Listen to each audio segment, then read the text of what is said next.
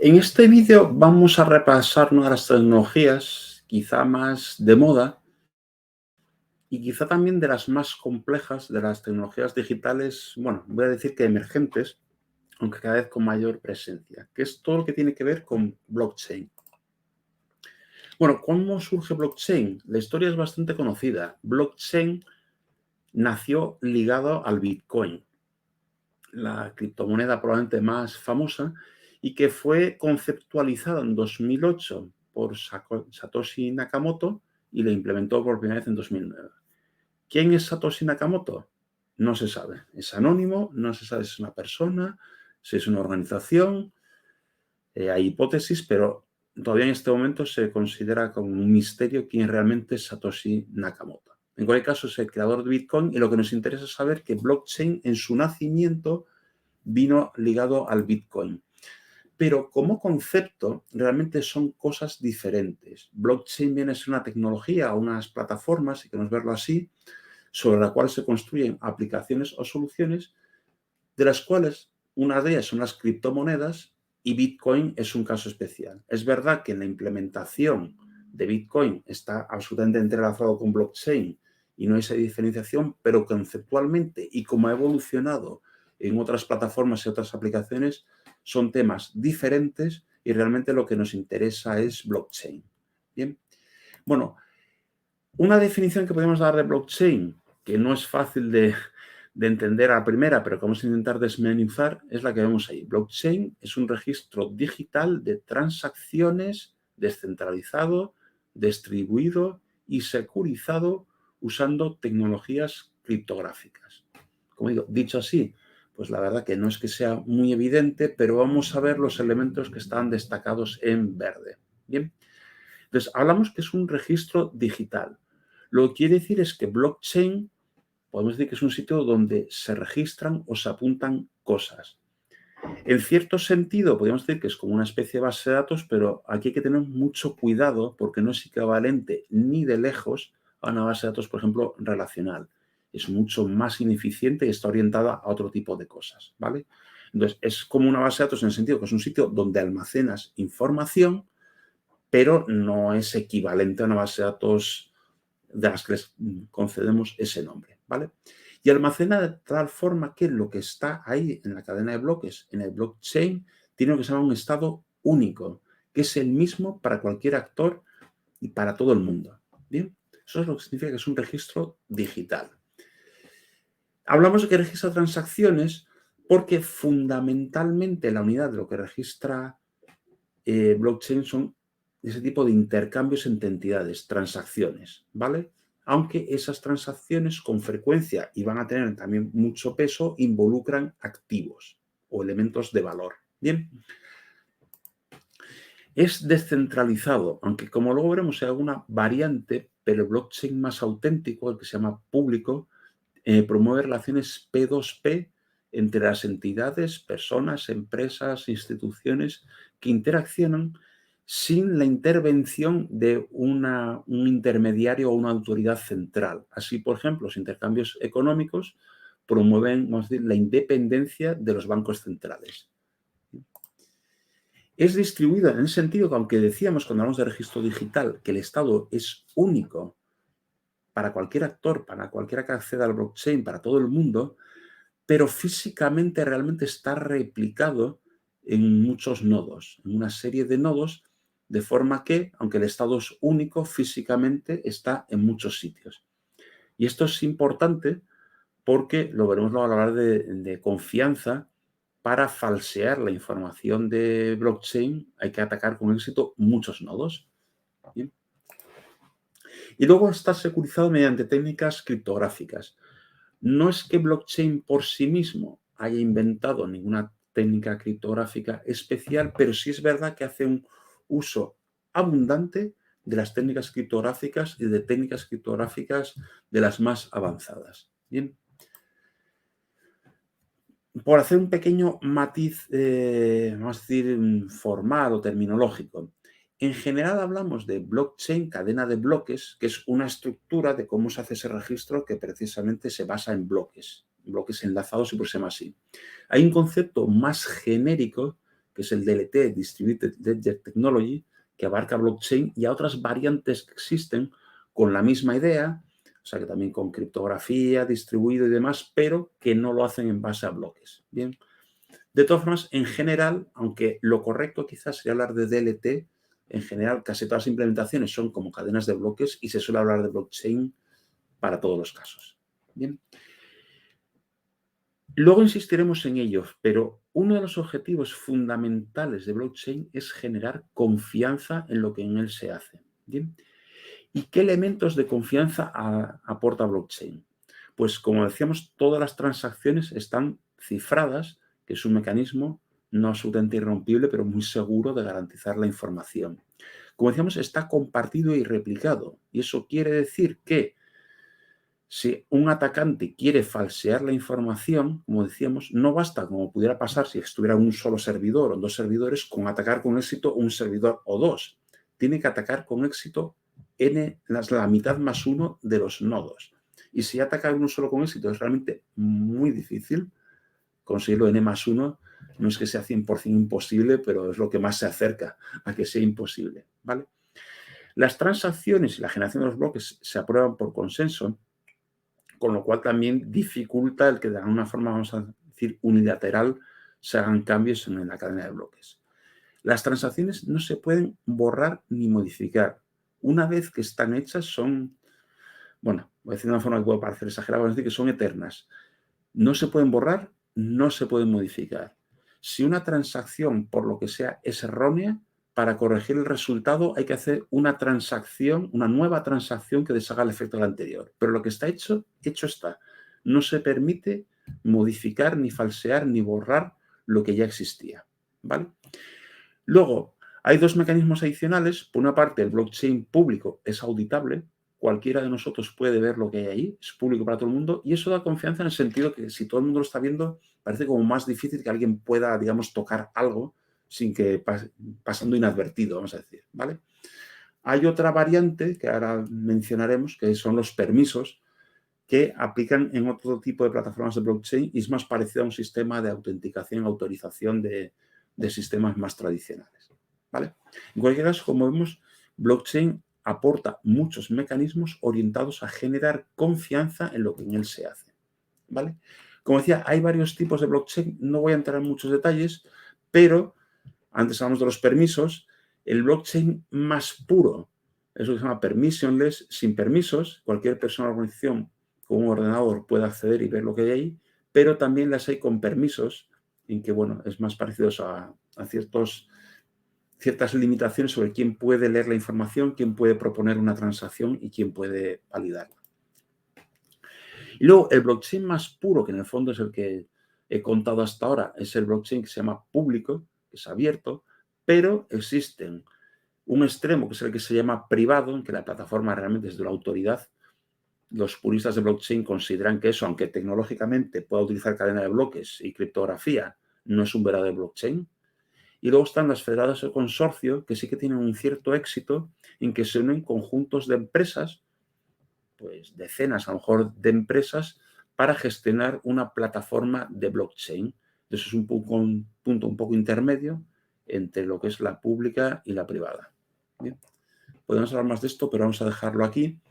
Y vamos a hablar de algún concepto adicional, el concepto de wallet, que se oye hablar mucho de ello, vendría a ser como cartera, diríamos en castellano, ¿vale? Bueno, un wallet realmente es una aplicación, es la aplicación con que un usuario accede a una plataforma de blockchain y interacciona con ella, ¿vale? Desde un punto de vista como lo percibe un usuario, es como una aplicación cliente, una aplicación de usuario, vamos a decir que normal, pero desde el punto de vista de la plataforma de blockchain, lo relevante de verdad es que el wallet tiene las claves del usuario, incluyendo la clave privada, ¿vale? Con lo cual es su puerta de acceso a blockchain y a toda la criptografía que viene, ¿vale? Con lo cual, los wallets son el punto de entrada para el usuario. A nivel de utilidad, sí, tienen muchas funcionalidades para hacer cómoda esa interacción, pero a nivel de plataforma, lo relevante es que tienen las claves del usuario, incluyendo su clave privada.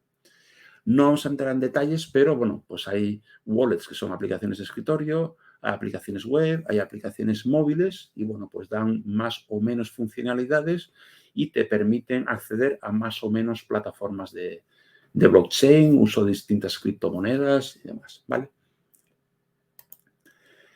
Otro elemento que además últimamente es muy popular son los tokens, que realmente son nucleares dentro de la estructura de blockchain, ¿vale? Entonces, un token realmente como tal, aunque la palabra se suele utilizar muy ligada a blockchain, en realidad es un concepto que existe de siempre y de alguna forma es un token, es una representación de un valor económico o de un derecho de acceso. Así, en la economía normal, pues una moneda o un billete sería un token. Si vamos a un casino, las fichas que nos dan a cambio de nuestro dinero, las fichas con las que jugamos, vendrían a ser también un token, porque no deja de ser una representación de un valor. Bien. Cuando pasamos a blockchain, pues tampoco es que sea muy diferente. Lo que pasa es que esas representaciones de valor se convierten en unas abstracciones que están dentro de la plataforma y que representan esa posesión o propiedad, ¿vale? Hay un concepto también que ahora mismo es importante, que es el de la canjeabilidad, que también se da en la economía normal, cuando decimos que dos tokens o que los tokens son fungibles, que en castellano yo creo que mejor que fungible se traduciría como canjeable, quiere decir que su valor es equivalente, que no nos importa, no sé cómo decir, la singularidad de un token concreto u otro porque valen lo mismo y los podemos cambiar uno por otro sin mayor problema. En la vida real, por ejemplo, sería, pues yo qué sé, pues una moneda de €1 o de $1. Te da igual la moneda A que la moneda B. Valen las dos €1 o $1 y cambiar una por otra te da exactamente igual y no te importa cuándo se acuñó, ni en dónde, ni nada, porque valen exactamente lo mismo. Bueno, pues ese concepto de intercambiabilidad es lo que se llama fungible. Entonces, un token fungible es que es plenamente intercambiable. En el caso de blockchain podrían ser las criptomonedas, y un token no fungible, de los que ahora hablamos un poquito más, pues no es intercambiable.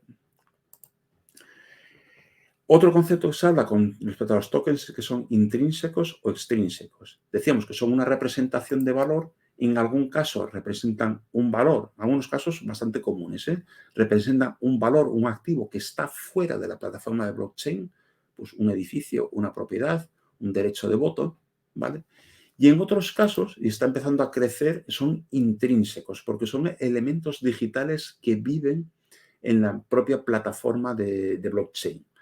Un ejemplo que parece tonto, pero que es famoso y ha dado lugar o cierto auge a lo que luego han sido los NFTs, son los CryptoKitties, porque son estos gatitos digitales que se compran y se venden dentro de un juego en Ethereum. Y se han hecho populares. Son, bueno, pues unos activos, le damos el valor que le queramos dar, pero para los coleccionistas o los que les gusta esto, tiene su valor y están dentro de blockchain. ¿Sí? Estos serían tokens intrínsecos. Y esto nos llevaría un poco a hablar ya de los NFTs, ¿vale? NFT realmente enlaza con lo que hablamos antes de la canjeabilidad o fungibilidad. Un NFT significa non-fungible tokens, o sea, un token no fungible o no canjeable. Y no es canjeable porque, al contrario de lo que decíamos con las monedas de euro o de dólar o incluso de bitcoins, en que su valor es absolutamente equivalente, en el caso de los no fungibles no es así. Entonces, los NFTs pueden representar o activos que son únicos en sí mismos, como puede ser una obra de arte física o digital, un objeto de colección o también un inmueble o un terreno, bienes raíces, ¿bien? O elementos ligados a identificación y certificados, pues una licencia, por ejemplo, de software, una titulación académica, un copyright, datos médicos, un certificado de cualquier tipo, ¿vale? Entonces, bueno, pues son, en realidad hay muchos tipos de tokens no fungibles y que son eso, que no son plenamente intercambiables, porque de alguna forma son únicos, ¿vale? Entonces, estos ganaron mucho atractivo a partir de la aparición de la norma RC 721, que apareció en 2018 y que se crea en Ethereum, pues un API para manejar NFTs. En concreto empezó con estos CryptoKitties que decíamos antes, ¿vale? Los tokens pueden representar muchas cosas, pues una criptomoneda, un recurso, un activo, unas acciones, un voto, una pieza de colección, una identidad, un atestado, una utilidad, como es una transparencia, pero vamos a verlo esto mismo de una forma ligeramente distinta. Se puede ver bajo varias perspectivas. Entonces, un token puede representar elementos de propiedad. Pues un kilovatio-hora de energía, una moneda común, un producto, una mercancía, una promesa de producto si estás participando en una inversión tipo crowdfunding, ¿vale? La posibilidad de descargar una canción, por ejemplo, un vídeo, ¿bien? Pues todas estas cosas que representan de alguna forma una propiedad se puede poner dentro de las plataformas blockchain como tokens, ¿bien? También puede representar una capacidad de acceso, una posibilidad de acceso, pues una licencia de software, el derecho de uso de un coche de alquiler, por ejemplo, el derecho de uso de una casa en propiedad compartida, el streaming de una canción o de una película, pues todo eso también se representa como tokens orientados al acceso. Y finalmente, relacionado con identidad certificaciones, pues tendría que ser como una tarjeta de identificación, como una titulación académica, un pasaporte, cosas así. Y además también hay puntos un poco intermedios, por ejemplo, entre acceso y la identidad, tenemos, por ejemplo, la reputación, la membresía en una organización, un derecho de voto. Entre propiedad y identidad, pues acciones de una empresa, una política de seguros, y ya un poco más complicado, no vamos a entrar mucho en ello, pues entre acceso y propiedad, pues los derechos de minado, precisamente dentro de blockchain, o tokens de protocolo, que ya unen las tres, ¿vale? En cualquier caso, podemos ver que hay muchos tipos de tokens porque hay muchas posibilidades de elementos de valor. Bien. Bueno, decíamos que lo que se hace en blockchain típicamente son transacciones que suelen involucrar activos o a tokens, ¿vale? Intercambio de tokens. Entonces, un poco en esquema, cómo funciona es que quien va a enviar o pedir una transacción utiliza los mecanismos de clave pública, en general el par de clave pública y privada, y envía la clave pública al receptor de la transacción, ¿vale? Con su clave privada, bueno, obtiene un hash de lo que va a enviar y encripta ese hash, con lo cual está haciendo una firma digital y se envían tanto los datos planos como los del hash, es decir, el mecanismo que se hace típicamente cuando se utiliza firma digital, ¿vale? Todo este envío se hace a la red de nodos, o sea, a los nodos de la red P2P de blockchain se envían los datos y la firma, ¿vale? Y luego se activa de alguna forma el protocolo de validación, ¿vale? De consenso. Ahí entonces, bueno, primero hay que obtener un poco la información, con lo cual se desencripta la información con la clave pública del emisor, es decir, haciendo como se hace siempre en clave pública. Y si esto se tiene éxito, pues va a tener la información plana y la clave, o sea, y la firma del emisor, ¿vale? A partir de la firma del emisor, pues identifica que ese es el emisor, se calcula el hash y si se ve que los hashes que envió el emisor y el que corresponde al texto no se ha modificado, es que el texto no ha sido modificado por el camino y es fiable, ¿vale? Y a partir de ahí empieza, bueno, pues se hace el mecanismo, se aplican los mecanismos de consenso y si todo va bien, bueno, pues ya se mete la transacción en un bloque y que se le pone el sello de tiempo, el timestamp, y se enlaza con un bloque precedente. Bien. Bueno, smart contracts. Muy ligado al mundo de blockchain, especialmente surgió con mucha fuerza en Ethereum, están los smart contracts. Su creador, Nick Szabo, nos hablaba de un conjunto de promesas especificadas en formato digital, incluyendo los protocolos con acuerdo a los cuales las partes actúan sobre las promesas de terceros. Es la definición original, pero también dicho así nos puede costar un poco entenderla. Entonces, pues vamos a verlo de una forma que creo que es un poquito más simple, ¿vale? Entonces, un smart contract es, por una parte, es un acuerdo entre partes, ¿vale? Pero que el propio está implementado en software y ese software garantiza el cumplimiento, o el autocumplimiento, como se dice, del acuerdo. ¿Bien? Entonces, si se cumplen y cuando se cumplen las reglas que se predefinieron en ese acuerdo, entonces se ejecuta la acción que sea, el pago, la transacción, la transferencia que sea. Bien. Entonces, los smart contracts se aplican a un software que hace eso, pero dentro de un sistema DLT, un blockchain, vamos a decir, Bien. Y de alguna forma es una herramienta que gestiona derechos, que permite formalizar y ejecutar acuerdos entre participantes y acuerdos entre participantes que, vamos a decir, no necesariamente confías, por eso haces esta especie de contrato, ¿vale? Y que desegue, incluye no solamente el acuerdo, sino la ejecución real de ese acuerdo y el control de que se ejecuta. Pero sobre todo nos podemos quedar con la frase inicial, que es un acuerdo formalizado en software y que garantiza su cumplimiento. Bien.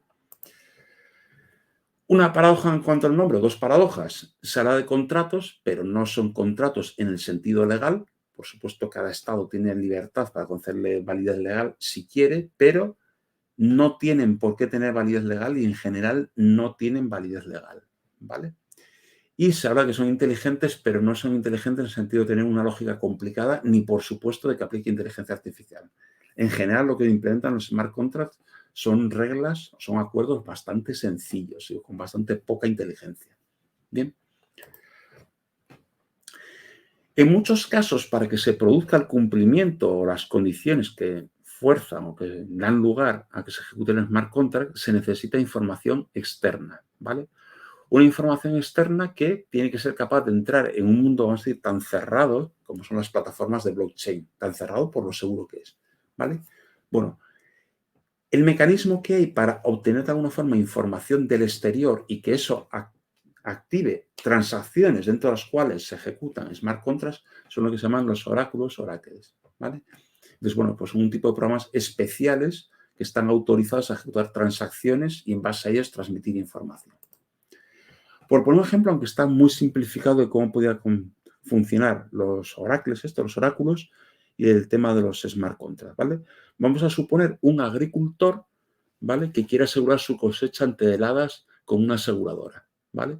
Pues en el smart contract, pues se establece pues un pago pues mensual o anual del agricultor de la prima del seguro, pero a cambio, si se produce una helada que se va a medir porque la temperatura está por debajo, vamos a decir, de 4 grados durante no sé qué tiempo, ¿vale? Pues entonces la aseguradora tiene que compensar al agricultor, ¿vale? Bueno, pues todo eso se podía poner dentro de un smart contract, dentro de un software, que lo que hace es que cuando se vencen los plazos de pago de la prima, pues el mes o el año, hace la transacción de moneda real o de bitcoins o de lo que sea a la aseguradora, pero por otra parte, en base a sensores, vamos a decir, de Internet de las Cosas, detecta temperatura de cómo está la cosecha. Y si se ve que baja de cierta temperatura durante cierto tiempo, se activa la condición del contrato que hace que la aseguradora envíe la compensación al agricultor. Bien, pues más o menos funcionaría así. ¿Qué tienen de bueno los smart contracts? Por una parte, simplemente son una forma de automatizar. Y como cualquier forma de automatizar, provoca eficiencia, ahorra costes, reduce tiempos, elimina errores y ayuda a cumplimiento normativa, o en este caso, de acuerdos. Eso como cualquier automatización prácticamente, ¿vale? Pero específicamente disminuyen costes de transacción de los acuerdos. Hacen más fácil el alcanzar el acuerdo, más fácil de formalizarlo y yo diría que sobre todo más fácil y automático el forzar el cumplimiento de ese acuerdo.